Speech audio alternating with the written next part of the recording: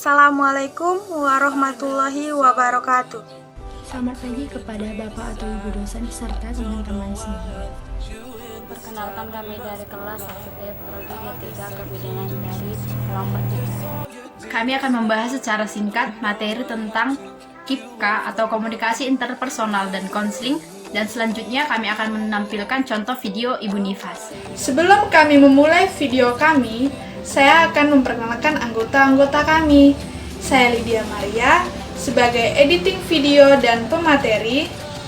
Ini teman saya Natalia Elizabeth sebagai bidan, Lydia Natalia sebagai asisten bidan, Kofifa Nurrahman sebagai pasien Ibu Nifas, Karisma Eka sebagai skrip skenario dan pemateri, Michelle Tarigan sebagai pemateri, Juni Lasmaria sebagai pemateri, dan Nadita Nirwana sebagai pemateri. Komunikasi interpersonal dan konseling. Pengertian KIPK. Pengertian komunikasi interpersonal adalah interaksi yang dilakukan dari orang ke orang bersifat dua arah baik secara verbal dan nonverbal, dengan saling berbagi informasi dan perasaan antara individu dengan individu atau antar individu dalam kelompok kecil. Yang kedua, menurut Saifuddin Abdul Bari tahun 2002, konseling adalah proses pemberian informasi objektif dan lengkap, dilakukan secara sistematik dengan panduan komunikasi interpersonal, teknik bimbingan dan penguasaan pengetahuan klinik, bertujuan untuk membantu seorang mengenali kondisinya saat ini, masalah yang sedang dihadapi, dan menentukan jalan keluar atau upaya mengatasi masalah tersebut. Tujuan KIP atau K meliputi yang pertama, mencapai kesehatan psikologi yang positif, yang kedua, memecahkan masalah, meningkatkan efektivitas kepribadi individu, yang ketiga, membantu perubahan pada diri individu yang bersangkutan, yang keempat, membantu mengalami keputusan secara tepat dan cermat, yang kelima, adanya perubahan perilaku dari yang tidak menguntungkan menjadi menguntungkan. Langkah-langkah konseling adalah 1. Pendahuluan atau langkah awal.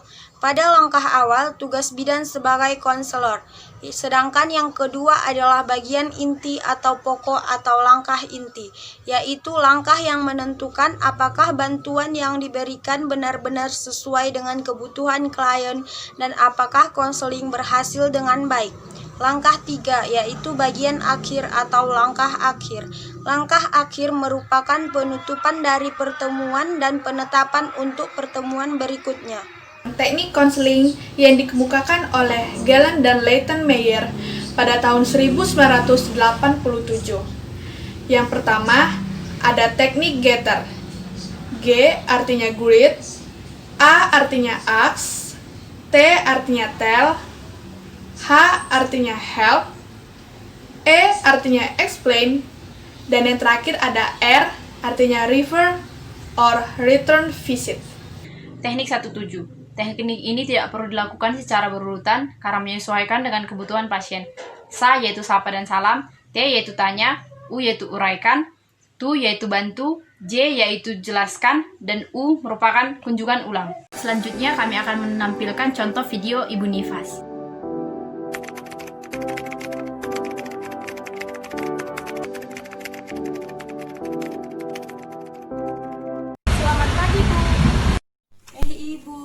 Silakan masuk Ibu, silakan duduk Ibu. Bagaimana keadaan Ibu Rina setelah melahirkan? Sudah sedikit membaik, Bu. Tapi saya sedikit cemas karena saya mengeluarkan darah. Karena itu saya ingin berkonsultasi dengan Ibu Ida. Baik Bu, tunggu sebentar ya Bu.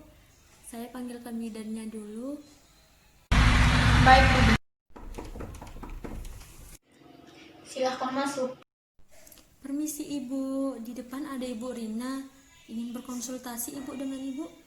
Oh, Bu Rina, baiklah saya akan menemaninya. Bu Rina, apa kabar? Baiknya sehat, Bu? Kabar baik, Bu Bidan. Alhamdulillah sehat. Maaf, Bu, membuat Ibu menunggu. Soalnya tadi ada dokumen yang harus saya tanda tangani.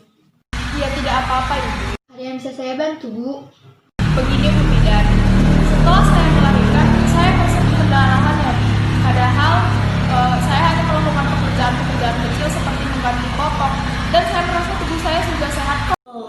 Kalau masalah itu, ibunya tidak perlu khawatir. Itu semua normal, Bu.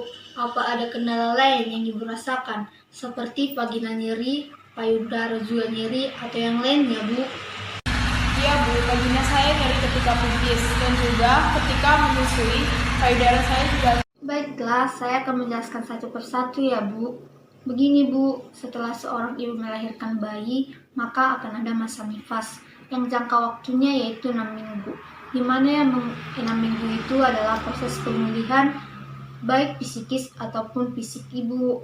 Selama masih dalam masa nifas, saya sarankan ibu tidak perlu bekerja yang berat-berat ataupun bergerak dengan banyak agar sobekan vagina ibu cepat pulih dan tidak nyeri. Oh begitu ya Bu. Lalu bagaimana dengan penanganan pada pendarahan saya Bu? Pendarahan setelah melahirkan itu normal, Ibu. Ibu tidak perlu khawatir karena darah harus keluar. Tapi kenapa jangka waktunya lama ya Bu? Pendarahannya bertahap, Ibu, yaitu pada hari pertama sampai hari ketiga di mana darah berwarna gelap, dan hari ketiga sampai hari ke-10 darah berwarna merah muda, dan pada hari ke-10 sampai ke-14 darah berwarna kuning hingga coklat. Darah itu akan keluar selama 2-3 minggu pertama ya, Bu.